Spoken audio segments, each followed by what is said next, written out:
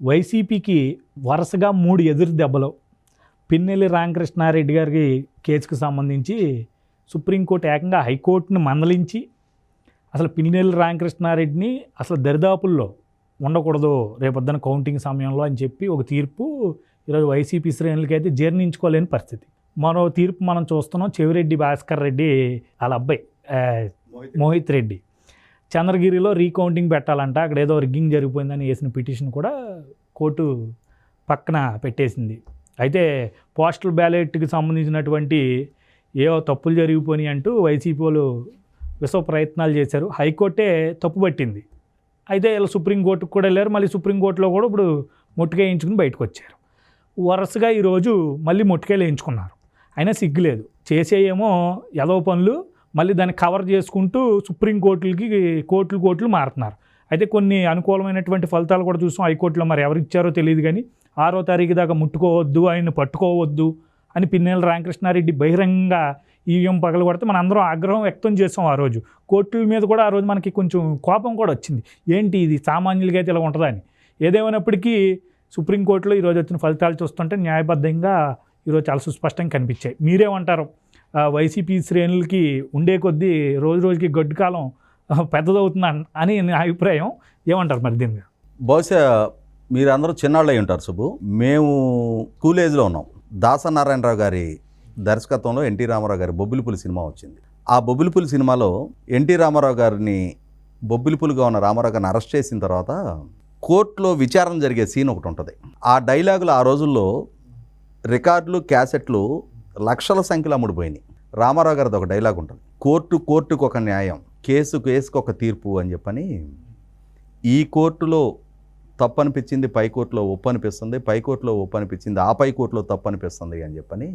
ఇవాళ ఆ రోజు ఆ సినిమాలో ఏ డైలాగులు అయితే చెప్పారో ఇవాళ మనకి అవన్నీ అక్షర సత్యాలుగా కళ్ళ ముందు కనిపిస్తూ ఉంది. అవును, నేటి తరంలో కూడా. అంటే ఒక రకంగా మన న్యాయ వ్యవస్థలో ఉన్న గొప్పతనం కూడా అదే. ఒక న్యాయస్థానం తప్పు చేసినా ఆ తప్పుని ఇది తప్పు అనే భావన మనకు కలిగితే పైకోర్టులో మనం సవాల్ చేయడానికి మనకి ఆ హక్కు రాజ్యాంగమే కల్పించింది. న్యాయ వ్యవస్థలో ఉన్న ఆ వెసులుబాటు వల్ల ఈ కోర్టులో కాకపోతే పై కోర్టులో న్యాయం దక్కడానికి ఆస్కారం ఉంది. కాకపోతే ఇక్కడ ఉన్న తేడా ఏంటి అంటే, ఎంతమంది మాకు అన్యాయం జరిగిందని పై కోర్టు వరకు వెళ్ళి పోరాడగలిగే సామర్థ్యం ఎంతమందికి ఉంటుంది? ఈ పై కోర్టులో కాకుంటే ఆ పై కోర్టు వరకు వెళ్ళగలిగే అంతటి శక్తి సామర్థ్యాలు, వెసులుబాటు, ఆ రిసోర్సెస్ చాలా కొద్ది మందికే ఉంటాయి. చాలామంది ఆ పోరాటాన్ని ప్రదర్శించలేక ఒకవేళ తమకు అన్యాయం జరిగినా కూడా రాజీ పడి బతికే వాళ్ళు ఎక్కువ మంది ఉన్నారు ఇవాళ. ఇటువంటి పరిస్థితుల్లో చాలా కీలకమైన కేసులు ఇప్పుడు అధికారం, అహంకారం, కండకావరం ప్రదర్శించి పిన్నెల్లి రామకృష్ణారెడ్డి అధికార మదంతో పోటీలో ఉన్న అభ్యర్థి అయ్యుండి కూడా బూత్ లోపలికి వెళ్ళి ఈవీఎంలు తనే స్వయంగా బద్దలు కొడితే అతన్ని జూన్ 6వ తారీఖు దాకా అరెస్టు చేయొద్దు అని చెప్పని గౌరవ హైకోర్టు ఒక ఆదేశాలు ఇస్తే అందరూ ముక్కు నేలేసుకున్నారు. అంటే పోటీలో ఉన్న అభ్యర్థి అయితే ఈవీఎంలు బద్దలు కొట్టినా, ఒకవేళ రేపు హత్యలకు పాల్పడ్డా, ఎందుకంటే అతని మీద హత్యాయతనం కేసు ఉంది, ఆ కేసులో కూడా జూన్ 6వ తారీఖు దాకా అతను అరెస్ట్ చేయొద్దు అని చెప్పని. ఎందుకనంటే అతను కంటెస్టింగ్ క్యాండిడేట్. అంటే కంటెస్టింగ్ క్యాండిడేట్ అయితే ఏం చేసినా చెల్లుబాటు అవుద్దా? అతనికి ఏమన్నా ఎగ్జామ్షనా? రేపు ఒక 10 కిలోలు హెరాయిన్తో పట్టుబడతాడు ఒక క్యాండిడేటు, టెర్రరిస్టులకు సంబంధించిన ఆయుధాలతో ఇంకొకటి పట్టుబడతాడు. వాడు కంటెస్టింగ్ క్యాండిడేట్ కాబట్టి వాడికి ఆ వెసులుబాటు ఇచ్చేస్తారా?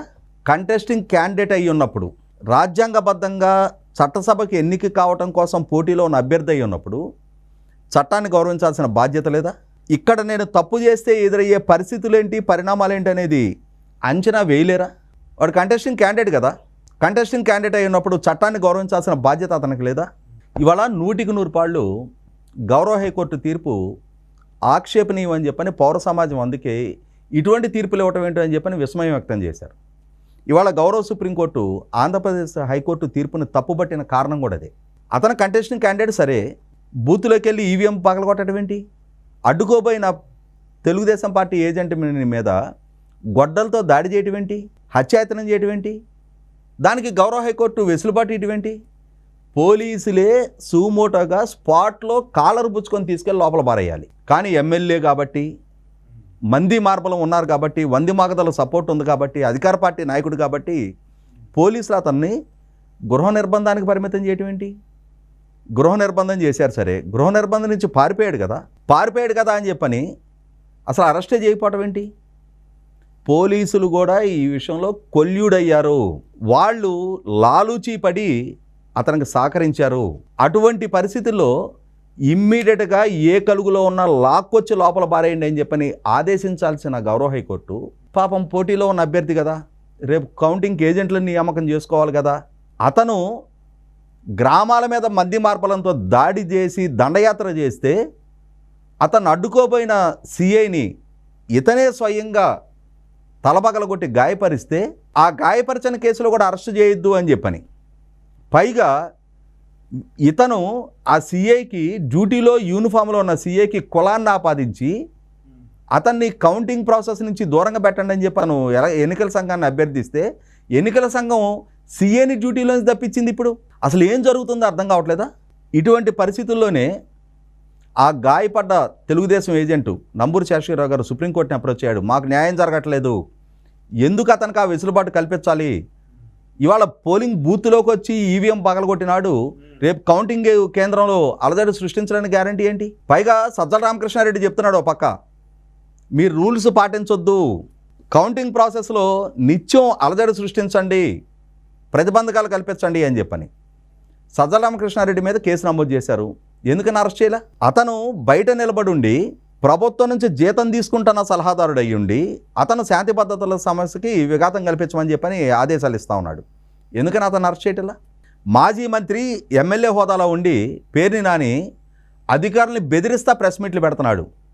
ఈ రోజుతోటి అయిపోలా, రేపనేది ఒకటి ఉంది, మీ సంగతి తేలుస్తామని చెప్పని. అంటే రూల్స్ ఫాలో అయ్యి వీళ్ళ తప్పుల్ని కట్టడి చేసే ప్రయత్నం చేసిన అధికారులని, ఎన్నికల విధుల్లో ఉన్న అధికారులని బెదిరిస్తూ ఉన్నారు. ఎందుకని వీళ్ళందరినీ తీసుకెళ్ళి లోపలేటల్లా? ఇటువంటి పరిస్థితుల్లో ఖచ్చితంగా బాధితులు సుప్రీంకోర్టుని అప్రోచ్ అయ్యారు. గౌరవ సుప్రీంకోర్టు ఈరోజు పిన్నెల్లి రామకృష్ణారెడ్డిని నువ్వు కౌంటింగ్ సెంటర్ దరిదాపులకు కూడా వెళ్ళడానికి వీల్లేదు, హైకోర్టు తీర్పుని తప్పట్టడం జరిగింది. జూన్ 6వ తారీఖు దాకా అరెస్టు చేయొద్దు అని చెప్పని వెసులుబాటు ఇటువంటి అని చెప్పని. ఇప్పుడైనా సరే పోలీసులు ఇమ్మీడియట్గా అతన్ని అదుపులోకి తీసుకెళ్ళి లోపల బారదవ్వాలి. ప్రతిరోజు ఎస్పీ ఆఫీస్కి వెళ్ళి సంతకం పెట్టండి, 6వ తారీఖు రోజు కౌంటింగ్ సెంటర్కి వెళ్ళండి. మీరు ఈలోపు ఆ దరిదాపులకి వెళ్ళొద్దు. అసలు 6వ తారీఖు కౌంటింగ్ సెంటర్కి ఎందుకు వెళ్ళాలి? నేర ప్రవృత్తి ప్రదర్శించాడు అతను, ఎన్నికల విధులు ఉల్లంఘించాడు, పోలీస్ అధికారులు అతనికి సహకరిస్తున్నారు, అతను హౌస్ అరెస్ట్లో నుంచి పారిపోయాడు. సరే ఇతను పారిపోయాడు, అతని తమ్ముడిని ఎందుకు అరెస్ట్ చేయలే? అతని తమ్ముడు కంటెస్టింగ్ క్యాండిడేట్ కాదుగా, ఇతనంటే కంటెస్టింగ్ క్యాండిడేట్ అని కొద్దిపాటి వెసులుబాటు ఇతనికి ఇచ్చారనుకుందాం. అతని తమ్ముడికి ఎందుకు ఇచ్చారు? ఖచ్చితంగా ఇక్కడ కొంతమంది పోలీసు అధికారులు అధికార పార్టీ నాయకులకి తాబేదారులకు మారారనేది స్పష్టమవుతుంది. ఇటువంటి పరిస్థితుల్లో సుప్రీంకోర్టు అంతిమంగా పిన్నెల్లి రామకృష్ణారెడ్డిని కట్టడి చేసింది. ఇదొక అంశం.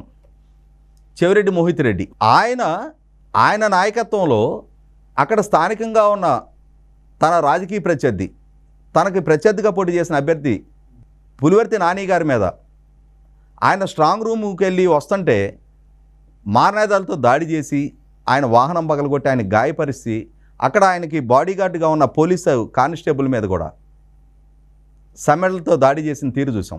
ఒకసారి కూడా కదా, 2-3 సార్లు చేశారండి దాడులు. ఇప్పుడు అదే చెవిరెడ్డి మోహిత్ రెడ్డి సుప్రీంకోర్టుకి వెళ్ళాడు, కొన్ని బూతుల్లో రీపోలింగ్ జరపండి అని చెప్పని. గౌరవ సుప్రీంకోర్టు ఈ పరిస్థితుల్లో దీన్ని కూడా మేము పరిగణలోకి తీసుకోము, ఎన్నికల ప్రాసెస్ పూర్తయిపోయింది, రేపు లెక్కింపు జరగబోతుంది, ఇప్పుడు లెక్కింపుకి ఆటంకాలు కల్పించే చర్యలకు మేము పాల్పడము అని చెప్పని అతని పిటిషన్ కొట్టేయడం జరిగింది. ఇది సెట్ బ్యాక్ నెంబర్ 2. తర్వాత గత వారం 10 రోజులుగా చూస్తున్నాం మనం, ఎప్పుడైతే ప్రభుత్వ ఉద్యోగులు లక్షలాదిగా తరలొచ్చి ఎన్నికల విధిలో పాల్గొంటున్న ప్రభుత్వ ఉద్యోగులందరూ 4 లక్షల పైగా పోస్టల్ బ్యాలెట్లు నమోదు చేసుకున్నారో, ఓవరాల్గా 5 లక్షల చిల్లర. ఇప్పుడు అక్కడ ఎలక్షన్ కమిషన్ ఫెసిలిటేషన్ సెంటర్లు ఏర్పాటు చేసింది. మీరు ఈ సెంటర్లకు వచ్చి మీ ఓటు హక్కు వినియోగించుకోండి అని చెప్పని. ఓటరు తన ఐడెంటిటీని రివీల్ చేస్తూ ఆ ఫామ్ 13A అదే సందర్భంలో అక్కడ కన్సర్న్డ్ అధికారి ఎవరైతే ఉంటారో అతను తన సంతకం చేస్తూ ఉన్నాడు. అంటే అక్కడ ఎలక్షన్ కమిషన్ ద్వారా నియామకం చేపట్టబడ్డ అధికారి అతను సంతకం చేస్తున్నాడు. అతనికి సంబంధించిన సీల్ లేదు, అతని డిజిగ్నేషన్ మెన్షన్ చేయలేదు అని చెప్పాను. అదే కన్సర్న్డ్ అధికారి బాధ్యత. అది ఓటర్కి ఏం సంబంధం? ఓటర్ తన ఓటు హక్కు వినియోగించుకున్నాడు. ఎలక్షన్ కమిషను ఆర్ఓ ద్వారా అపాయింట్ చేయబడ్డ అధికారి, అతను అధీకృత అధికారి, అతను సంతకం ఉంటే చాలు ఓటు చెల్లుబాటు అవుతుందని చెప్పని చెప్తుంది. దాని మీద హైకోర్టుకి వెళ్ళారు. హైకోర్టు వీళ్ళ విజ్ఞప్తిని పరిగణలోకి తీసుకోకుండా కొట్టేయడం జరిగింది. ఎలక్షన్ కమిషన్ తీసుకున్నదే ఫైనల్ నిర్ణయం అని చెప్పని దాని మీద సుప్రీంకోర్టుకి వెళ్ళారు. అంటే ఇక్కడ ఒక పక్క జగన్మోహన్ రెడ్డి గారు ఐపాక్ వాళ్ళ సమావేశాల్లోకి వెళ్ళి 151 కంటే మెరుగైన ఫలితాలు వస్తాయని చెప్తున్నారు. వైనాట్ 175 అన్నారు, వైనాట్ కుప్పం అన్నారు. ఇక్కడికి వచ్చేటప్పటికేమో అసలు ప్రభుత్వ ఉద్యోగులు మొత్తం మాకు యాంటీ ఓట్లు వేశారని ఎవరు చెప్పారు? ప్రభుత్వ ఉద్యోగుల్లో కూడా మాకు ఓట్లు వేసిన వాళ్ళు చాలామంది ఉన్నారు అని చెప్పి అంటున్నాడు. జూపుడి ప్రభాకర్ లాంటి వాళ్ళు అసలు క్రిస్టియన్లు, రెడ్లు వీళ్ళందరూ కూడా జగన్మోహన్ రెడ్డికే ఓట్లేశారు, ప్రభుత్వ ఉద్యోగులు మొత్తం ప్రభుత్వానికి వ్యతిరేకంగా ఓట్లేశారని ఎవరు చెప్పారని అంటున్నాడు. మరి అట్లాంటప్పుడు వీళ్ళకి అంత భయం ఎందుకు కలుగుతుంది? ఎందుకని ఈ పోస్టల్ బ్యాలెట్ల ఓట్లని వీలైనంత వరకు కట్ చేసే ప్రయత్నం చేయాలని చూస్తున్నారు? ఏదో కుంటి సాకులు చెప్పి పోస్టల్ బ్యాలెట్లు చెల్లుబాటు కాకుండా చూడాలని ఎందుకు చూస్తున్నారు? ఎందుకంటే ప్రభుత్వ ఉద్యోగులకి వీళ్ళు ఏమో నష్టం చేశారో వాళ్ళకి తెలుసు. ఖచ్చితంగా ప్రభుత్వ ఉద్యోగులు తమకు అనుకూలంగా ఓటేయరని చెప్పని నమ్మకం ఉంది. మేము 2,60,000 సచివాలయ ఉద్యోగాలు ఇచ్చామంటున్నారు. సచివాలయ ఉద్యోగాలు ఇచ్చింది 1,30,000, 2,60,000 కాదు. అందులో 10-15,000 మంది ఆల్రెడీ రాజీనామా చేసి వేరే ఉద్యోగాలకు వెళ్ళిపోయారు. మిగిలిన 1,15,000 మందిలో ఖచ్చితంగా మీ పార్టీకి లాయల్గా ఉండేవాళ్ళు ఎంతమంది ఉంటారో మీకు వ్యతిరేకంగా ఉండేవాళ్ళు కూడా అంతకంటే ఎక్కువే ఉన్నారు. వాళ్ళు కూడా వాళ్ళ ప్రభుత్వ ఉద్యోగుల్లో అంతర్భాగమే. వాళ్ళకి కల్పించాల్సిన ఆర్థిక ప్రయోజనాల విషయంలో మీరు నిలువున మోసం చేస్తారన్న భావన వాళ్ళలో ఉంది. కాబట్టే మీకు ఒక ఉలికిపాటు, ప్రభుత్వ ఉద్యోగులందరూ మనకు వ్యతిరేకంగా ఓట్లు వేస్తారు, ఎట్టి పరిస్థితుల్లో ఏదో రకంగా కుంటి సాకులు చెప్పి ఆ ఓట్లు చెల్లుబాటు కాకుండా చేయాలి అని చెప్పని. ఏ విధానం అయితే తిరుపతి పార్లమెంట్ ఉప ఎన్నికప్పుడు అనుసరించారో, ఏ విధానం అయితే స్థానిక సంస్థల ఎన్నికలు అనుసరించారో, ఏ విధానం అయితే కుప్పం మున్సిపల్ ఎలక్షన్ అనుసరించారో, ఏ విధానం అయితే పట్టభద్రుల ఎమ్మెల్సీ ఎలక్షన్లో అనుసరించారో అదే విధానం మరొకసారి అనుసరించాలి. ఏదో రకంగా సార్వత్రిక ఎన్నికలను కూడా హైజాక్ చేయాలని ప్రయత్నం చేస్తూ ఉన్నారు. గౌరవ సుప్రీంకోర్టు ఈ విషయంలో వీళ్ళకి ముక్కుతాడు వేయటానికి ముందుకు రావడం జరిగింది. 100% వీళ్ళ వాదనలో హేతుబద్ధత లేదనేది గౌరవ సుప్రీంకోర్టు ఫీల్ అయింది. ఖచ్చితంగా వీళ్ళని కట్టడి చేసే ప్రయత్నం మనకి ప్రకృతి కొన్ని సంకేతాలు ఇస్తుంది. ఒక తుఫాన్ రాబోతున్నప్పుడు, ఒక సునామీ రాబోతున్నప్పుడు, ఒక భూకంపం రాబోతున్నప్పుడు మనుషులుగా మనం పసికట్టలేం, కానీ మూగజీవులు పసికడతాయి. గేదెలు మనం కట్టేస్తుంటే అవి అరుస్తూ ఉంటాయి, ఆ తాళ్ళు తెంచుకొని వెళ్ళాలని చూస్తాయి. కలుగుల్లోని చెలికలు బయటకు వస్తాయి. పక్షులు గోళ్ళలో నుంచి చెదిరిపోతూ ఉంటాయి. అంటే ప్రకృతిలో రాబోతున్న పరిణామాలను అవి పసికడతాయి, మనం పసికట్టలేం. అట్లాగే ఇప్పుడు కూడా వైసీపీ పార్టీ ప్రభ మొగవపోతుంది, జగన్మోహన్ రెడ్డి గారి పాలన అవసాన దశకు చేరుకుంది, అధికార అంతానికి చేరింది అనేది ఈ సంకేతాలు, ఇవన్నీ కూడా ఈ ప్రతికూల సంకేతాలు. నిన్నటి వరకు రొమ్మిరుసుకొని తిరిగారు, మేము ఏది చేసినా చలామణి అవుద్ది అని చెప్పని. ఇక చలామణి కాదు అనేది చాలా స్పష్టంగా అర్థమవుతూ ఉంది. ఇదే సందర్భంలో పిన్నెల్లి రామకృష్ణారెడ్డిని ఇప్పుడైనా అరెస్ట్ చేయాలి. ఇప్పటికిప్పుడైనా సరే గౌరవ సుప్రీంకోర్టు చెప్పిన తర్వాత అయినా సరే తీసుకెళ్ళి లోపల బారేయాలి. మేము ఎమ్మెల్యేలో మేము ఏం చేసినా నడిచిపోద్దని అనుకుంటే, అదే సందర్భంలో తెనాలి ఎమ్మెల్యే అన్నాబత్తుని శివకుమార్ అక్కడ ఓటర్ మీద దాడి చేసి అతని మీద కూడా కేసు నమోదయ్యింది. పేర్ని నాని ఉద్యోగస్తులను బెదిరిస్తూ ఉన్నాడు, బాహాటంగా ప్రెస్ మీట్లు పెట్టి బెదిరిస్తున్నాడు, అతన్ని కూడా అరెస్ట్ చేయాలి. సజ్జల రామకృష్ణారెడ్డిని కూడా అరెస్ట్ చేయాలి. వీళ్ళకి చట్టం అంటే ఏంటో, చట్టాన్ని మీరితే ఎదురయ్యే పరిస్థితులు, పరిణామాలు ఏంటో రుచి చూపిస్తే మేము బియాండ్ ది చట్టం అనుకుంటున్నారు వాళ్ళు. కాదు, ఎవడైనా లా ఆఫ్ ల్యాండ్కి కట్టుబడే బతకాలి, చట్టానికి లోబడే బతకాలి. మేము చట్టాన్ని మీరిన వ్యక్తులం, మాకేదో కొమ్ములు ఉన్నాయి, కాళ్ళకి గిట్టలు ఉన్నాయి అని చెప్పని ఇటువంటి బరితెగింపు ప్రవర్తనకి ఖచ్చితంగా కట్టడి చేయాల్సిన బాధ్యత ఉంది.